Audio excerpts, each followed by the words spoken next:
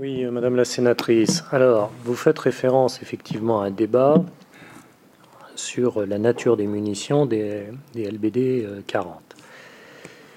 La doctrine dans la police est qu'on utilise lors du maintien de l'ordre des munitions dites CTS. C'est ce qu'utilisent les escadrons et les compagnies de CRS, les escadrons de gendarmes mobiles et les compagnies de CRS.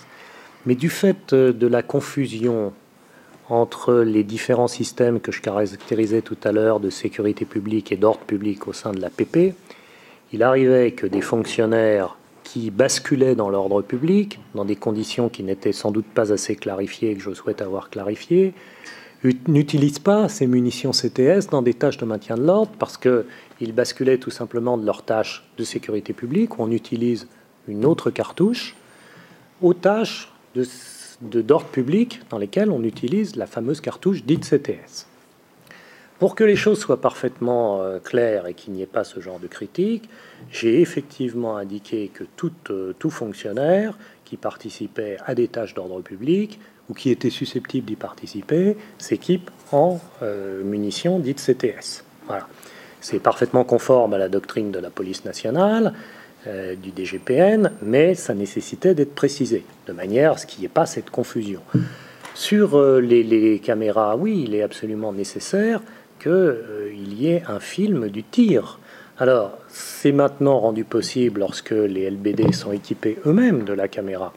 Alors, pour ceux des LBD qui ne le sont pas encore, c'est vrai que c'est astreignant. Il faut allumer la caméra, y tirer, c'est pas forcément très simple. Mais ça n'est dès lors qu'on y arrivera à équiper l'ensemble des LBD de ce type de matériel, il n'y aura pas de difficulté. Mais sur les CTS, je crois que les syndicats de police appellent ça, pour l'autre, la munition dite chamallow. Qui me paraît quand même un petit peu excessif, parce que la différence de portée est d'une dizaine de mètres entre l'une et l'autre. Mais peu importe, ce qui compte, c'est que l'ensemble des acteurs d'une opération de maintien de l'ordre aient tous les mêmes LBD, ne serait-ce d'ailleurs, si vous me permettez, pour pas se tirer dessus. C'est-à-dire que à partir du moment où vous savez très précisément quelles sont les conditions d'intervention des collègues qui sont à quel vous agissez aussi en fonction de ça. Donc, pour les manifestants et pour la préservation de l'ensemble des unités engagées, j'ai procédé à cette unification. Le matériel a beaucoup souffert. Oui, le matériel souffre beaucoup. Effectivement, il souffre plus aujourd'hui qu'il ne souffrait hier, puisqu'on nous projette désormais dessus des tas de choses. Je ne vais pas vous donner des détails scatologiques, mais enfin, bon, on est quand même arrivé dans des choses tout à fait scandaleuses, quoi. Et effectivement, on a un taux de rotation des équipements qui est bien supérieur à ce qu'il était précédemment. Bon, mais il faut nous adapter. Sur l'essentiel, sur les fonctionnaires, on tient compte dans les rotations de cela. La difficulté qu'on a, c'est que c'est pas on diminue pas le nombre de jours de récupération. C'est qu'on peut pas donner des récupérations le week-end. La vraie difficulté, c'est ça. Et donc, on donne aux unités qui sont engagées des récupérations en semaine. Et pour les gens qui ont une vie de famille, très objectivement, c'est pas terrible.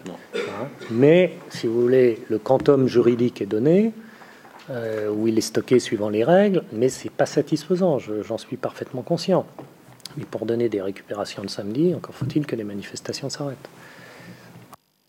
Mais monsieur le préfet, il y a eu beaucoup de gardes à vue, d'interpellations. Madame la garde des Sceaux nous a donné l'état actuel des procédures judiciaires en cours, mais on peut supposer quand même que les ultra-violents, notamment ceux qui viennent de l'extrême gauche, et qu'on arrive à surveiller à travers les messages qu'ils s'envoient quand ils ne sont pas cryptés sur les réseaux sociaux, sont toujours là.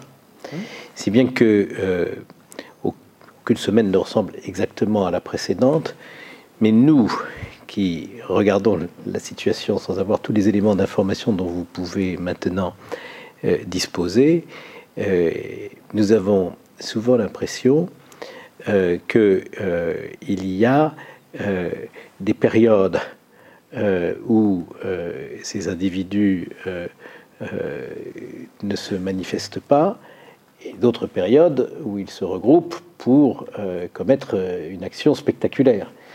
Donc on peut supposer qu'ils n'ont pas encore été mis hors d'état de nuire et qu'il y aura de nouveau des tentatives d'action spectaculaire. Ça ne s'est pas produit depuis le 16 mars, je suppose.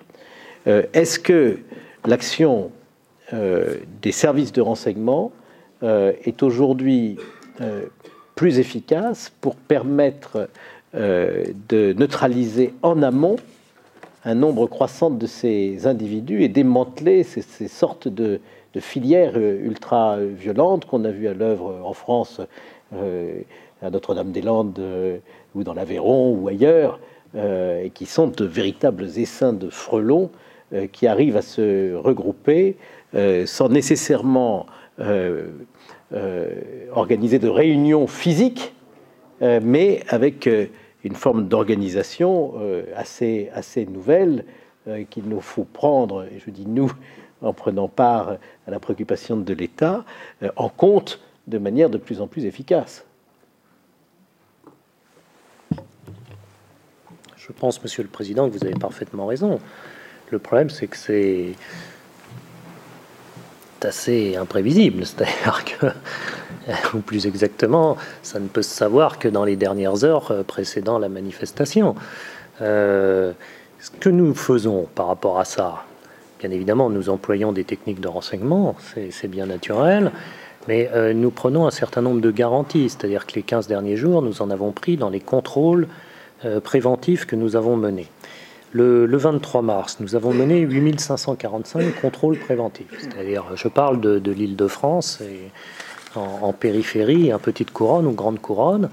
Contrôle préventif sur réquisition, bien sûr, des procureurs de la République, permettant de confisquer les armes par destination susceptibles d'être emmenées. Vous savez ce qu'on trouve dans ces cas-là, boules de pétanque et différentes choses de cette nature que je ne vous détaille pas. Le week-end dernier, nous en avons fait 14 000. C'est-à-dire que... Alors, j'ai vu d'ailleurs que j'étais moqué par certains médias qui disaient qu'il y avait plus de contrôles que de manifestants. Oui, c'est parfaitement exact. Il y a plus de contrôles que de manifestants. Et je pense qu'il y a moins de manifestants que de contrôles parce que justement, il y a eu des contrôles. Du moins pour ceux qui voulaient casser et qui considèrent qu'ils ne peuvent venir manifester qu'avec des armes par destination. Voilà, donc c'est ça que nous faisons. C'est-à-dire que nous ne prenons pas pour argent comptant ce que racontent les réseaux. Systématiquement, nous déployons et nous allons déployer ce type de méthode. Oui, ça me paraît absolument nécessaire, même si il ne faut pas sous-estimer la capacité d'adaptation des manifestants. C'est-à-dire que, enfin, du moins de ceux qui veulent casser, parce que je ne devrais pas utiliser le terme manifestant, parce qu'ils ne sont pas tous dans le même état d'esprit. Mais c'est vrai qu'on observe que sur les contrôles que l'on déploie sur les péages, ils sont de moins en moins productifs par rapport à cet objectif-là.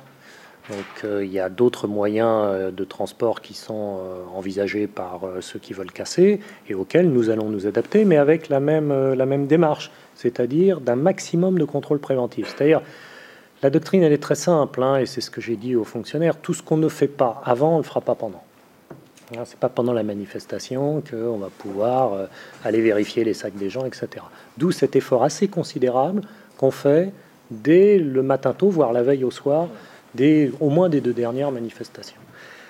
Voilà, mais après, je partage votre... On sait très bien qu'il va y avoir le traditionnel 1er mai, que les grandes organisations syndicales, et c'est tout à fait normal, vont manifester, que des risques peuvent survenir, comme ils se sont déroulés l'année dernière, avec des gens qui veulent perturber la démonstration que font en toute légitimité les organisations syndicales.